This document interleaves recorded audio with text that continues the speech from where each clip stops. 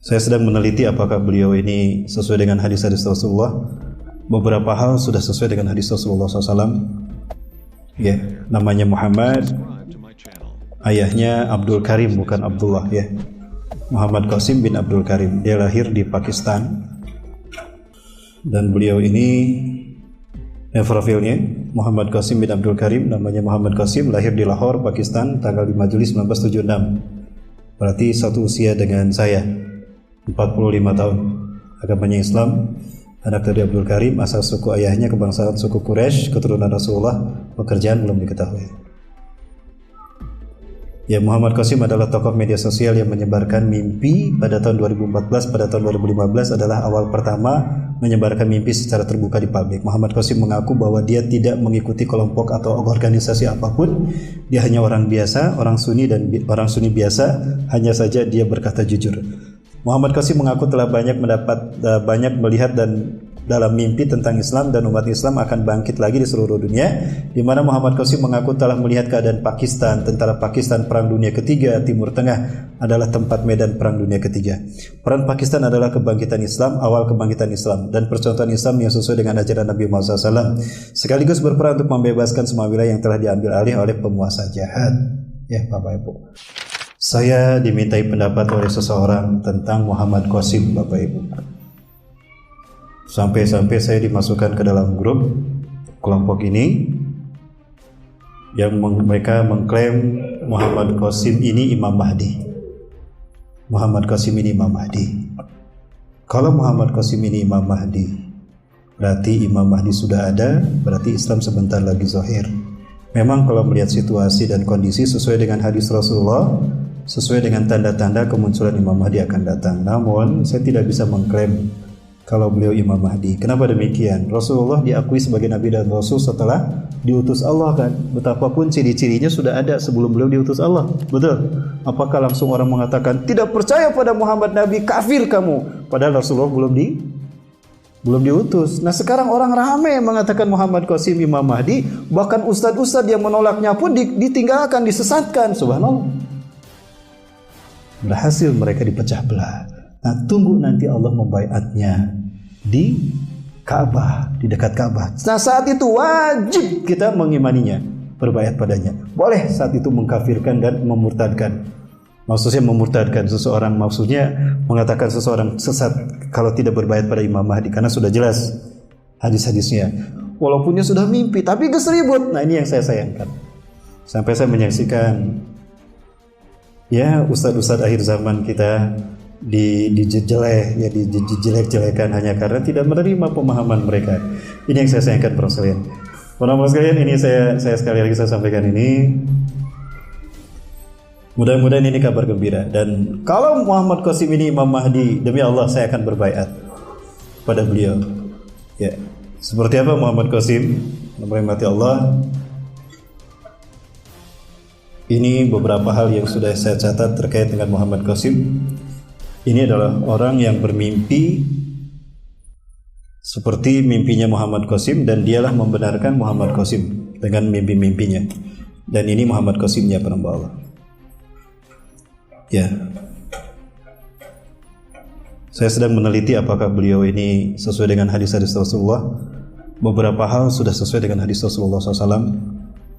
Ya, namanya Muhammad, ayahnya Abdul Karim bukan Abdullah ya. Muhammad Qasim bin Abdul Karim. Dia lahir di Pakistan.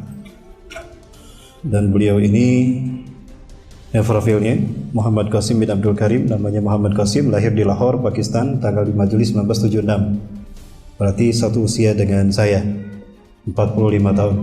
Agamanya Islam, anak dari Abdul Karim, asal suku ayahnya kebangsaan suku Quraisy, keturunan Rasulullah, pekerjaan belum diketahui. Ya, Muhammad Qasim adalah tokoh media sosial yang menyebarkan mimpi pada tahun 2014. Pada tahun 2015 adalah awal pertama menyebarkan mimpi secara terbuka di publik. Muhammad Qasim mengaku bahwa dia tidak mengikuti kelompok atau organisasi apapun. Dia hanya orang biasa, orang Sunni biasa. Hanya saja dia berkata jujur. Muhammad Qasim mendapatkan mimpi ilahi di mana Allah SWT dan Nabi Muhammad ada di dalam mimpinya. Allah lebih dari 500 kali, bahkan 800 kali Allah berfirman kepadanya dalam mimpi. 800 kali Allah berkata-kata kepada beliau di dalam mimpinya, langsung berkata-kata kepada beliau. Tapi beliau mengklaim, saya tidak melihat Allah, hanya suara Allah yang diingat. Dan bagaimana suara Allah dahsyat, luar biasa. Itu kata beliau. Ya, kemudian Muhammad Qasim mengaku berjumpa dengan Allah Subhanahu wa taala dari balik tabir cahaya sebanyak kurang lebih 500 kali, dan mimpi berjumpa dengan Nabi Muhammad SAW sebanyak kurang lebih 300 kali. Ya, ini Muhammad Qasim. Kemudian fafi berikutnya. Pertama kali Muhammad Qasim mendapatkan mimpi ilahi di mana Allah Subhanahu wa taala dan Nabi Muhammad SAW ada di dalam mimpinya sejak berusia 12 tahun 1988. Yang datang secara bersamaan pada umur ke-17 tahun 1993. Allah Ta'ala dan Nabi Muhammad SAW mulai rutin datang ke dalam mimpinya pada tahun 2007, 31 tahun. Allah Ta'ala dan Nabi Muhammad mulai mengajari Muhammad Qasim tentang hal yang diperbolehkan dan hal yang dilarang. Sebagian besarnya adalah menghindari segala bentuk syirik. Muhammad Qasim mengaku telah banyak melihat dan dalam mimpi tentang Islam dan umat Islam akan bangkit lagi di seluruh dunia, di mana Muhammad Qasim mengaku telah melihat keadaan Pakistan, tentara Pakistan Perang Dunia Ketiga, Timur Tengah adalah tempat medan Perang Dunia Ketiga. Peran Pakistan adalah kebangkitan Islam, awal kebangkitan Islam, dan percontohan Islam yang sesuai dengan ajaran Nabi Muhammad SAW, sekaligus berperan untuk membebaskan semua wilayah yang telah diambil alih oleh penguasa jahat. Ya, Bapak Ibu. Indonesia, Malaysia, dan negara Timur Tengah lainnya akan ikut berperan dalam membebaskan wilayah yang hilang dengan cara bergabung dengan bersama Pakistan. India, USA, Amerika Serikat, Israel, dan Rusia memiliki peran dalam Perang Dunia Ketiga sebagai musuh Islam. Dan umat Islam memenangkan pertempuran di Perang Dunia Ketiga sehingga Islam dan kedamaian tersebar seluruh dunia. Muhammad Qasim telah mengaku melihat dan dalam mimpinya bahwa Al-Masih Dajjal muncul dan menghancurkan kedamaian. Kemudian turunlah Nabi Isa AS untuk mengalahkan Dajjal dan pasukannya. Setelah itu keluarlah Yajuj dan Majuj. Bapak Ibu rahmati Allah, ada kurang lebih 90 mimpinya yang sekarang sudah terbukti. Menurut grup Gaza, Gerakan Akhir Zaman, yang mereka siap berbaiat kepada Muhammad Qasim sebagai Imam Mahdi. Ya, di antara pengikutnya di seluruh Indonesia dan Asia Malaysia, dan di Bandung ada pengikutnya dan dia pernah hadir di kajian saya. Sementara itu para sekalian rahmati Allah, terkait dengan Muhammad Qasim, apakah beliau Imam Mahdi? Saya tidak tahu. Kalau Allah takdirkan beliau ternyata dibaiat di Mekah dan beliau Imam Mahdi, wajib bagi saya dan bagi kita untuk berbaiat padanya. Tapi kan sekarang belum dibaiat. Ya, Raja Salman pun masih ada. Ya, belum ada pertumpahan darah di Masjidil Haram, belum ada kan? Gara setelah wafatnya Raja Salman atau 3 putra yang mahkota. Dan apakah Raja Salman yang dimaksudkan Rasulullah? Itu pun kita belum tahu. Ya. Ada salah satu pengamatannya bahwa pandemi COVID-19 ini akan menyebabkan meledaknya dunia di akhir 2021. Itu pendapat mereka, pengamatan mereka. Silakan. Ya, kalau tidak salah itu saya dengar itu.